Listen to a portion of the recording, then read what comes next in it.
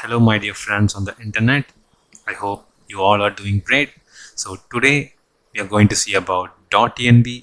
I know most of you all know about it, but this is for the beginners who are new to Node.js programming, right?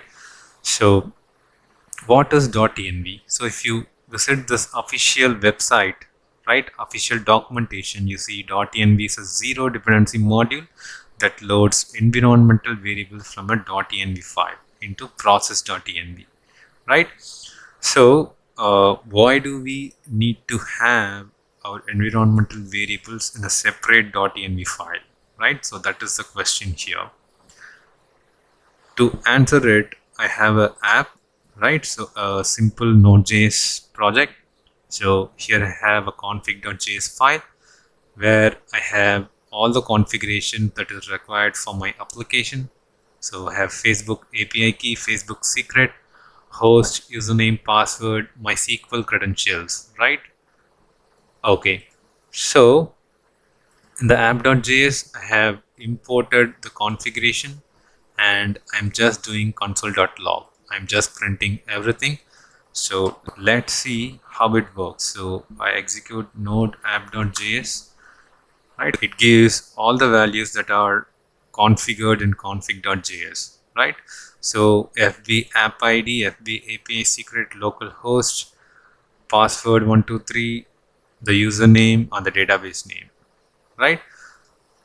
So this is one way of keeping the environmental variables in a config.js file. But I say this is not the right approach. I'll tell you why. So there is something called 12-factor app methodology, right? So I will add this URL in the description. I want you guys to read this article fully, but I will give you a simple explanation, right? So imagine I'm working on a project where initially the project will be in a development stage, right?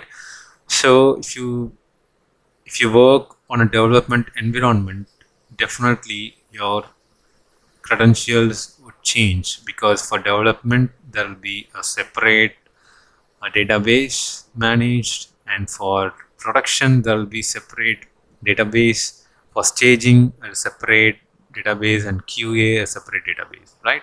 So it's not easy to manage the configurations for each file, each stage, and also it creates confusion when you work as a team, right? So it is not a right approach to keep the configuration inside our code.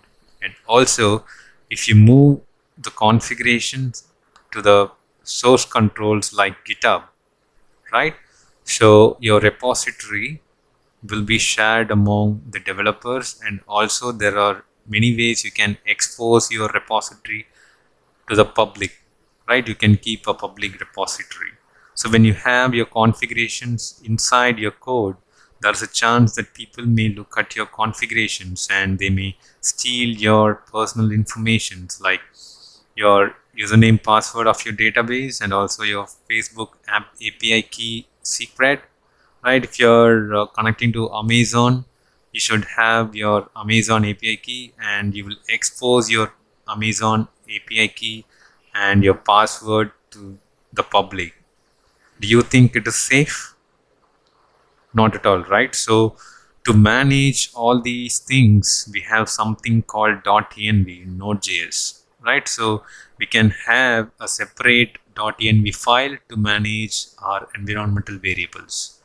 So we are going to see how to manage it with .env, right? So let me show you how to install the .env package. So you're going to install by npm install .env. So when I run it, the .env package gets installed to your project. You can see the version is 16.0.2, right? Just add as a dependency to your project. Now I go to app.js. So before that, I want to create a file called .env. So here I'm going to move all the configurations, right, to the .env. And this is not an object, it should be equal to, and it should not be enclosed in double quote, right? So this is the rule for .env file. So I remove all these things. Right, so I have saved it. I'm going to delete config.js. Okay, so the app.js, I'm going to remove this and import .env. So require the package name we have to say is .env, right? So once we imported the package, we have to say .env .config. It is a function of .env package. So once we do that, we'll be able to import all the configuration variables with the help of process.env object, right? So process.env dot, right? So similarly, I'm going to copy this and I'm going to Control D, save it, right? So now I'm going to execute it with node app.js again. I'm going to call this file. You can see all the environmental variables are printed here, right? So how it worked? So we have something called process. I want to show you what is process. And when I go here, right, there is a documentation called process.env.